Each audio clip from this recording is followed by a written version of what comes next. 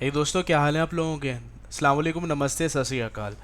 आज के दिन आपको पता है कि आप क्यों यहाँ पर आए हैं। यूनिवर्सिटी ऑफ फ्लोरेंस की एप्लीकेशन प्रोसीजर के बारे में बहुत सारों को मसले फेस हो रहे थे कि यार किस तरीके से हम एप्लीकेशन अप्लाई करेंगे, फ़ीस कैसे पे करेंगे। तो चलो स्टेप बाय स्टेप सारी चीज़ें तुम लोगों को बताऊंगा मैं, तो घबराने की बात नहीं है। यूनिवर्सिटी ऑफ फ्लोरेंस की एप्लीकेशन इनटेक पहले शुरू शुरू में पूरे 6 महीने ओपन होते थे, लेकिन अब होता है क्या है कि इन्होंने 3 इंटेक्स में किया हुआ है, जो कि 4 4 फरवरी तक अवेलेबल है। तो भाइयों अप्लाई करो इसके अंदर, और 25 फरवरी को आपको बता दिया जाएगा। इसके बाद दूसरा इनटेक भी होगा, तो घबराने की बात नहीं है भाई, सारी चीज़ें आपका भाई बताएगा। तो प्रोग्राम्स अभी कौन कौन से अवेलेबल हैं इस पर क्लिक करके देख लें आप। Only show programmes that I can apply with, तो 9 प्रोग्राम्स ओपन है करंटली यहाँ पर। Graduate programmes, graduate means masters programme है, तो आप मास्टर्स के लिए अप्लाई करें। यार दोस्तों, बहुत सारों को प्रॉब्लम होती है कि बैचलर्स क्यों नहीं बताते हो आप लोग। तो यार I am so sorry, bachelors available ही नहीं है। अब मैं अगर फॉर एग्जांपल ऊपर करता हूँ, अब बैचलर्स है ही नहीं इसमें, मैं क्या कर सकता हूँ। इसमें शो ही हो रहे हैं यहाँ पर ग्रेजुएट प्रोग्राम्स में 70 शो हो रहे हैं, जो कि मैंने इंग्लिश में किए हैं। अब मैं अगर मेटेरियन कंबाइन करूँगा तो ऑब्वियसली ये इंक्रीज़ हो गया ऐसे करके। तो भाई मुझे इंग्लिश में पढ़ना है, तो सिंपल मैं यहाँ पर ऐसे करके उसको इंग्लिश में कर लूँगा। अब एप्लीकेशन किस तरीके से फाइल करना है बताऊँगा आपको सारा। आपने सिंपल क्या किया, साइन इन रजिस्टर पर क्लिक किया। आप न्यू एप्लीकेंट हो, आप सिंपल सी बात है यहाँ पर क्या करोगे, अपना एप्लीकेंट अपना ही जो है वो ईमेल ऐड कर दोगे, जो मैं भी आपके सामने ऐड कर रहा हूँ। मैंने अपनी ईमेल डाल दी, मैं सिंपल रजिस्टर पर क्लिक कर दूंगा। ठीक है, अब मैं क्या करूँगा, अपने ईमेल खोलूँगा। ईमेल को रिफ्रेश करने के बाद क्या होगा कि मुझे ये ईमेल जो है, ठीक है, ये जो ईमेल है इसको वेरीफाई करूँगा। चले मैं करना बताता हूँ आपको। अब ये मैंने ईमेल खोल दी, यहाँ पे सिंपल रजिस्टर पर आपका भाई कर देगा क्लिक, और ये इसके बाद आपका ओपन हो जाएगा। ठीक है भैया, इसको अप्रूव पर क्लिक कर दो भैया, ये हो गया। Oh shit, sorry for bad word, ये हो गया, गलती से मैंने कर दिया था। अच्छा, अब इसके बाद आप इनकी टर्म्स एंड कंडीशन पर एग्री करें और ओके पर क्लिक कर लीजिए। मैं थोड़ा फास्ट फॉरवर्ड चलूँगा भाइयों, अल्लाह के वास्ते कोई आगे 5 सेकेंड 10 सेकेंड आगे कर करके मत देखना, मेहरबानी होगी आपकी। मैं माई एप्लीकेशन पर जाऊँगा। माई एप्लीकेशन में कह रहे हैं कि भाई आपकी कोई एप्लीकेशन नहीं है, तो लिहाजा अब एप्लीकेशन फ़ाइल करें। मैं ओपन सॉरी कंटिन्यू पर क्लिक कर दूंगा और यहाँ पर क्लिक कर दूंगा। अपने फील्ड से रिलेटेड, जैसे कि मैं बिजनेस ग्रेजुएट हूँ, अपने फील्ड से रिलेटेड मैं क्या करूँगा, चीज़ें ढूंढूंगा। कंप्यूटर साइंस की नहीं भी बहुत अच्छी फील्ड है। मेरा अपना दोस्त खुद यूट्यूबर है, फ़हद नदीम उसका नाम है। तो वो फ्लोरेंस से कंप्यूटर साइंस कर रहा है, और माशाल्लाह अभी यूरोप टूर पर गया था, चेक रिपब्लिक गया था, बहुत खूबसूरत जगह। और उसने बताया कि अब बताओ वीडियो, तो हमने बनाई ये वीडियो। अब इसके बाद देखें, मेरी फील्ड से related economics and development, financial risk management और ये सारी चीज़ें आ रही हैं, आप अप्लाई करें। तो चले मैं भी इसमें अप्लाई करता हूँ। अब अप्लाई कर दिया भाई। यहाँ पर मैक्सिमम आप जो हैं वो अब इस पर खुद लिखा हुआ है, चूज़ पर क्लिक किया। वो फर्दर कह रहे हैं क्यूरिकुलम कौन सा होना चाहिए, डेवलपमेंट इकोनॉमिक्स, नॉर्मल इकोनॉमिक्स और डेवलपमेंट इकोनॉमिक्स एंड इकोनॉमी, ऐसे करके कुछ आ रहा है। तो भाई सिंपल सी बात है, मैंने फर्स्ट वाले को ही मैं क्लिक कर, बल्कि मैं इकोनॉमिक्स को ही करता हूँ। फिर मैंने ऐड सेव ज़रूर कीजिए, आप मज़ीद अप टू 2 प्रोग्राम्स ऐड कर सकते हैं। तो भाई मैंने सिंपल सी बात है, economics and development, financial risk management के अंदर मैंने सेलेक्ट कर लिया। फील्ड से रिलेटेड है, आप और भी ऐड कर सकते हो, you can add up to 2 courses at a time. और कौन कौन सी मैं सिलेक्ट करूँगा, मैं सिलेक्ट करूँगा टूरिज़म की। ठीक है, ये है कि डिज़ाइन सस्टेनेबल टूरिज़म सिस्टम। ठीक है भैया, लिमिट तक पहुंच गए, कह रहा है बस अब नहीं होता। अपने अपने जो भी कैटेगोरिकल आप कैटेगरीज बना लें, फर्स्ट सेकंड थर्ड प्रायोरिटी क्या है भाई, मेरी तो फर्स्ट प्रायोरिटी यही है। अब इसमें क्या करूँगा भाई, मैं अपना नेम डालूंगा, अपना एड्रेस डालूंगा, अपना नेम, अपना जेंडर ऐड करूँगा अल्हम्दुलिल्लाह जो कि मेल है, और अपना पाकिस्तान इसमें ऐड करूँगा। ठीक है भाई, यहाँ पर सिलेक्ट कर लिया। अब यहाँ पर मुझे अपना पासपोर्ट डालना है, अपना पासपोर्ट का इशू डेट, उसकी एक्सपायरी डेट, और अपनी डेट ऑफ बर्थ बता दूँ क्या है, विश मी एट 5 नवंबर, जो कि गुजर चुका है। खैर एनीवेज, लेम जोक। यहाँ पर मैंने 1993 का मॉडल है आपका भाई, तो 5 नवंबर। ठीक है, ये ऐसे करके हो गया। कंट्री ऑफ बर्थ में आप सिंपल सी बात है पाकिस्तान ऐड कर दें। ठीक है भाई, प्लेस ऑफ बर्थ आप सिंपल यहाँ पर कराची सिटी, जो जहाँ भी आप पैदा हुए हैं उस कंट्री का, और कंट्री के नेम के साथ आप लिख दें। और प्लीज़ ख्याल रहे कि आप उसको सारी चीज़ें सिलेक्ट कीजिए और उसके हिसाब से आप ऐड कीजिए, जैसे मैं कर रहा हूँ। ठीक है भाई, और सारी चीज़ें ऐड करके देखने में कैसी होती हैं, चले मैं आपको अभी, और सेव पर ज़रूर क्लिक कीजिए। क्योंकि ये ऑटो सेव का कोई सीन नहीं है, सेव को आपको क्लिक करना पड़ेगा। देखने में कैसी होती हैं सारी चीज़ें, हम आइए चलें आपको भाई भी दिखाते हैं। अब दोस्तों ये सारी चीज़ें मैंने ऐड कर ली, अपना पासपोर्ट नंबर, अपनी सारी चीज़ें तो आपके सामने शो हो रहा है। आपके भाई ने सीधी सी बात है 10 साल का पासपोर्ट बनवाया, 5 साल को खल्ली वल्ली करा है। मुझे पता है अच्छी तरीके से कौन एम्बेसी की लाइनों में लगेगा अगर बाहर जाना हुआ तो। और भाई 50 पेजेस वाली होती हैं, 100 पेजेस वाली, ज़्यादा पेजेस वाली, ऑर्डिनरी से ज़्यादा पेजेस वाली आपके भाई ने पासपोर्ट बनाया भाई। नहीं लगना ख्वारी में, नहीं करना भाई, इतना टाइम नहीं होगा भाई। अब क्या करना है इसके बाद, देखें हमेशा मैं आपसे कहूँगा, देखें आप, मैंने पासपोर्ट नंबर के आगे जो एस्टेरिक है, जो कि रेड कलर का स्टार बना हुआ है, ठीक है, वो मैंने ऐड किया, बाकी चीज़ें ऐड नहीं करी क्योंकि ये मैंडेटरी फील्ड नहीं है। अब कॉन्टैक्ट के अंदर क्या करना है, आपको अपना स्ट्रीट एड्रेस लिखना है, जैसे कि मेरा स्ट्रीट एड्रेस क्या है, ये है, ठीक है, समझ रहे हैं आप बात मेरी। और इसके बाद फिर मैंने जो है वो पाकिस्तान अपना सिलेक्ट कर लिया, सिटी सॉरी कंट्री अपना सिलेक्ट कर लिया, ठीक है, ये आ गया, ठीक है। आपको जितना मसला नहीं है, नंबर वंबर मैं नहीं बताऊंगा, बहुत लोग मुझसे पूछते हैं लेकिन मैं नहीं बताऊंगा, खैर मैं नहीं बताऊंगा, समझ में आ जाए आपको क्या। एनीवेज अब मैं क्या करूंगा इसके अंदर, आपको अपनी लेटेस्ट एजुकेशन, इसको छोड़ते हैं, इसको बाद में करते हैं, ये बहुत लंबा हो जाएगा वरना। नेटिव लैंग्वेज आप अपनी सेलेक्ट कर लीजिए, यहाँ पर आपकी अगर उर्दू है तो आप उर्दू सेलेक्ट कर लें, हिंदी जो भी है on the basis. Foreign language जो कि आपको सबसे अच्छी आती है आप उसके हिसाब से आप करें। तो प्रोफिशेंसी आपके भाई पूरा अंग्रेज़ी समझ लें आप, क्योंकि बचपन से लेकर अब तक पढ़ाया गया है सारी चीज़ें इंग्लिश में ही। इसके बाद फिर आप अपनी जो भी है अगर आपने देखिए प्लस पॉइंट होता है, मैं 5 यूनिवर्सिटीज़ में क्यों सिलेक्ट हुआ, प्लस पॉइंट था, इटली भी आती थी, जर्मन भी आती थी। रशियन सीखना चाहता हूँ मैं, लेकिन समझ नहीं आती कहाँ से मैं सीखूँ। यहाँ पर .1 ऐसे करके आप डालोगे ना, जैसे फॉर एग्ज़ाम्पल ऐसे करके, तो ये एरर मार देगा फ़ौरन। देखो क्या लिखा हुआ है, it should be a number. तो भाई 1 साल पहले मैंने यूडेमी से एक छोटा सा कोर्स किया था जर्मन लैंग्वेज का, तो ये आपके सामने आ रहा है। रेफरेंसेस के अंदर क्या हो रहा होता है कि आपको सिंपल सी बात है, रेफरेंसेस के अंदर अपने प्रोफेसर्स के नेम लिखने होते हैं, जिन, ठीक है, कैसे, अब मैं आपको दिखाता हूँ। जैसे कि फॉर एग्जांपल मैं ये लिख रहा हूँ, अपने आप को ही रेफरेंस बना रहा हूँ भाई मैं, ठीक है, और शादिब खान लिख रहा हूँ मैं, ठीक है। आस्क फॉर रेफरेंस पर जब आप भेजोगे ना आस्क फॉर रेफरेंस, तो फिर रेफरेंस मैं आपको बताता हूँ क्या है। रेफरेंस बेसिकली आपको अपने एम्प्लॉयर्स और आपके जो भी प्रोफेसर्स होते हैं उनके बिहाफ उनसे लेना होता है। वो ये सिर्फ लिखते हैं कि भाई मैं जो इस बंदे को रेकमेंड कर रहा हूँ आपकी यूनिवर्सिटी में, ये अच्छा बच्चा है, इसने ये कोर्सेज मेरे साथ पढ़े और यकीनन मुस्तकबिल में एक अच्छा बच्चा साबित होगा, ठीक है। रेफरेंस लेटर ये होता है, आप यहाँ पर अपने एम्प्लॉयर या फिर अपने प्रोफेसर का नेम लिखें और यहाँ पर ईमेल लिखते हैं, दैट्स इट, और कुछ नहीं आएगा इसमें। देखने में कैसा होता है, चलो हम भी देख लेते हैं यार क्या है देखने में रेफरेंस कैसे होते हैं, आज आपको भी दिखा लेते हैं। मैंने भी खैर अपने ऐसी भेजा है यहाँ पर, खैर थोड़ी सी देर में आ जाएगा, इत्तेफाक से नहीं आएगा।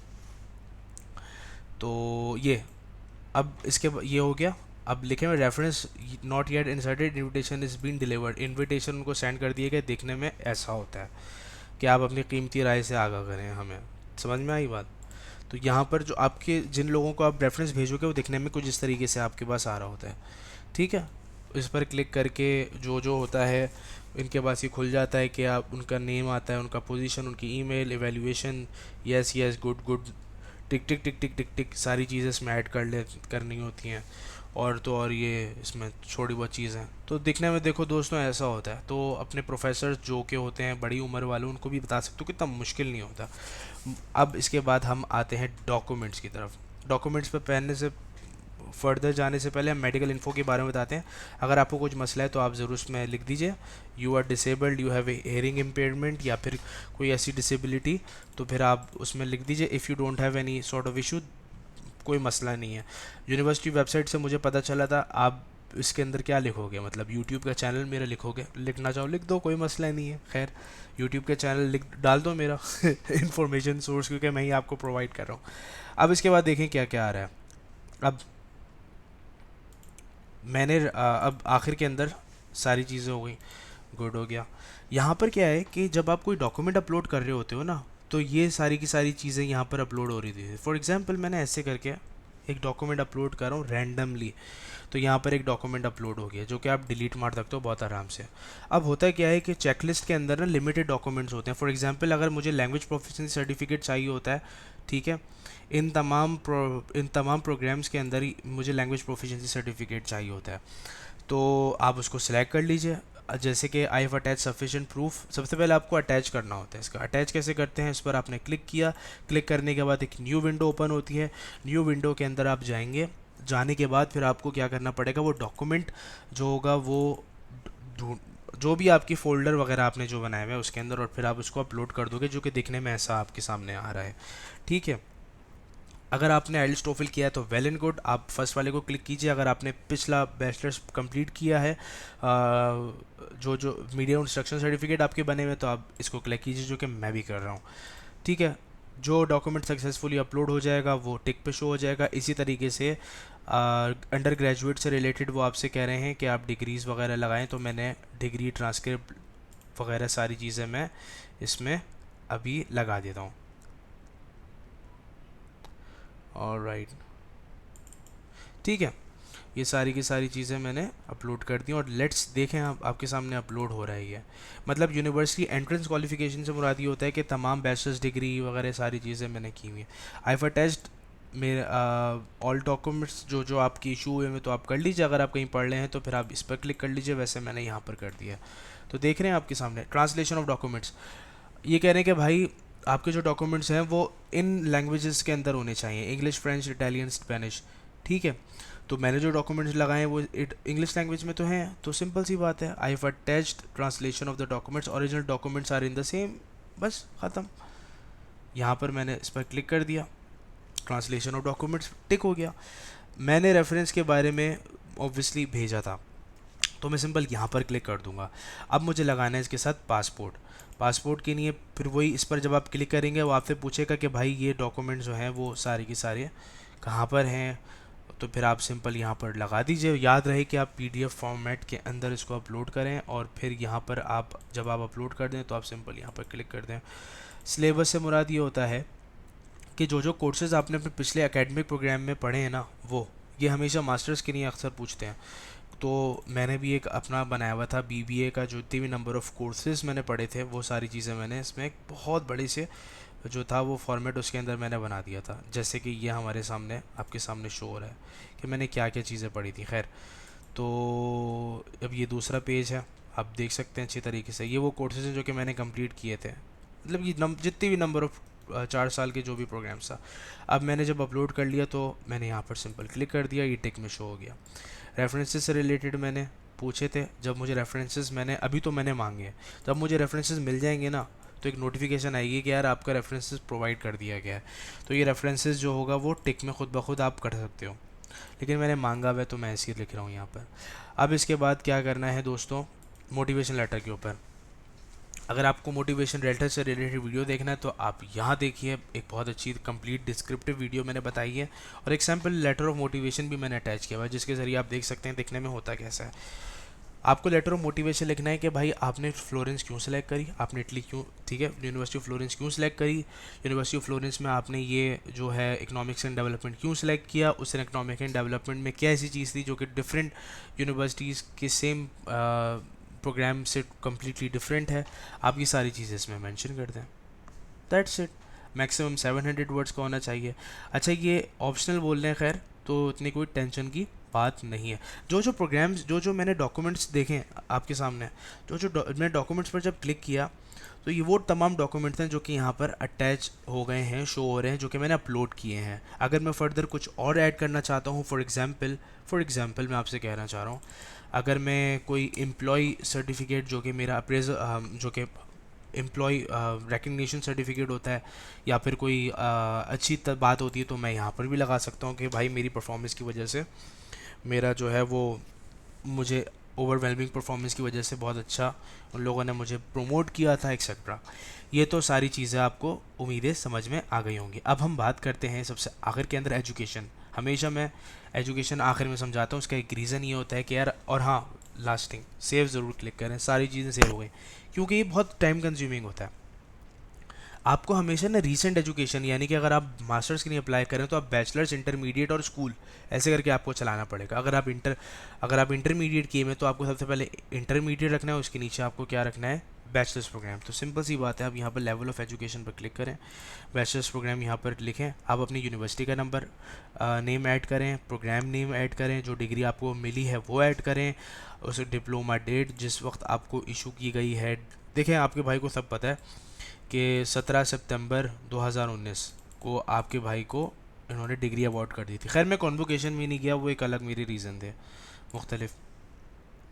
ठीक है, स्टडी लैंग्वेज आप इसमें ज़रा देख लीजिए, मैं आपको करके दिखा देता हूँ थोड़ा सा, आपको आई होप नज़र आ रहा होगा।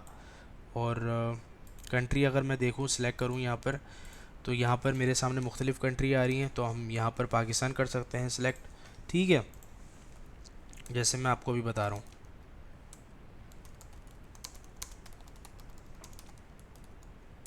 ठीक है, जैसे ठीक है, मैं थोड़ा उसको सही भी कर रहा हूँ। ठीक है, प्रोग्राम नेम हो गया बैचलर ऑफ बिजनेस एडमिनिस्ट्रेशन, ये मेरा प्रोग्राम था। यहाँ पर जो अपनी यूनिवर्सिटी है, इंस्टीट्यूट,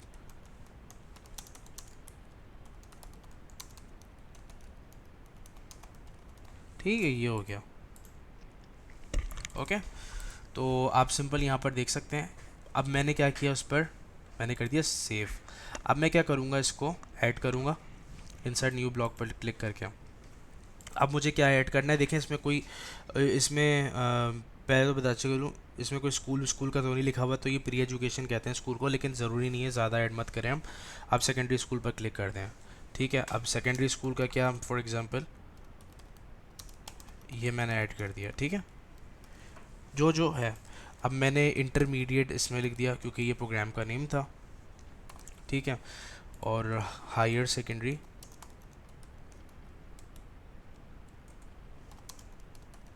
स्कूल सर्टिफिकेट जो होता है। ठीक है भाई, सर्टिफिकेट हो गया। अब यहाँ पर सिंपल मैंने क्या किया, पाकिस्तान ऐड कर दिया। समझ रहे हैं आप बात मेरी? तो ये हो गया। अब यहाँ पर हमने उर्दू ऐड कर दिया, सिंपल सी बात है।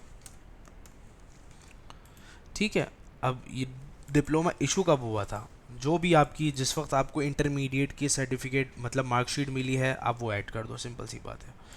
मैं अपनी तरफ से एक ऐड कर रहा हूँ, 31 नवंबर। ठीक है, ये अब मैं यहाँ पर क्या करूँगा, सेव कर दूँगा।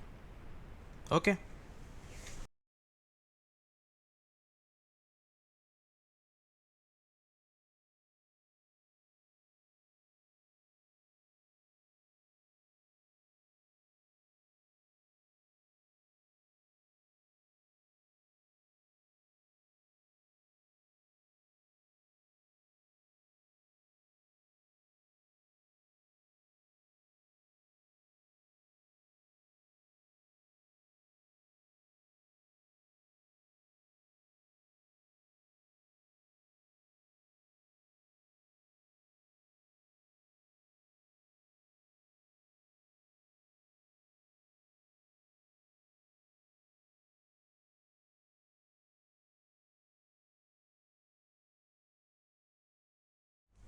होपफुली आपको समझ में आ रहा होगा। सॉरी, थोड़ा सा मैं पॉज हो गया था।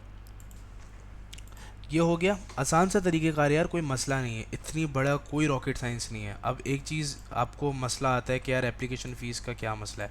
यार दोस्तों, मैंने आपको जैसे बताया था कि एप्लीकेशन फ़ीस से रिलेटेड ना बहुत मसले होते हैं स्टूडेंट्स को। यार होता है क्या है कि इनके ना एक ग्लिच एक छोटा सा आया हुआ है कि लोग ना एप्लीकेशन जब आप फ़ी पे करते हो ना, तो अक्सर ऐसा होता था कि 24 आवर्स के बाद ना फ़ौरन इनका अनपेड से ना पेड हो जाया करता था। जैसे कि अभी मैंने आपके सामने ये अनपेड लिखा रहा था ना, यहाँ पर पेड खुद ब खुद ऐसे करके हो जाया करता था। अब हुआ क्या है, इनका ग्लिच आया हुआ है जिसकी वजह से बहुत सारे स्टूडेंट्स जो हैं वो कांटेक्ट कर रहे हैं यार कि यार ये क्यों हो रहा है। तो मैं उनको कह रहा हूँ भाई इंटरनेशनल ऑफिस पर जाओ, ख़त्म, इतनी सी बात। आप अगर एप्लीकेशन फ़ी पे करना है ना आपको, आसान सा तरीक़ेकार, आप ये फाइनेंसिस पर क्लिक करो। जब आप फाइनेंसिस पर क्लिक करोगे तो लिखा हुआ है ब्लॉकिंग। ये जो अमाउंट है ये आपको पे करनी है पाकिस्तानी, कितने लिखे हुए इसमें, सॉरी कितने यूरो लिखे हुए, 20 यूरो। ठीक है, ये है पूरा का पूरा। अब ये बता रहे हैं कि वन टाइम एप्लीकेशन फ़ी है, नॉन रिफंडेबल है, वगैरह वगैरह।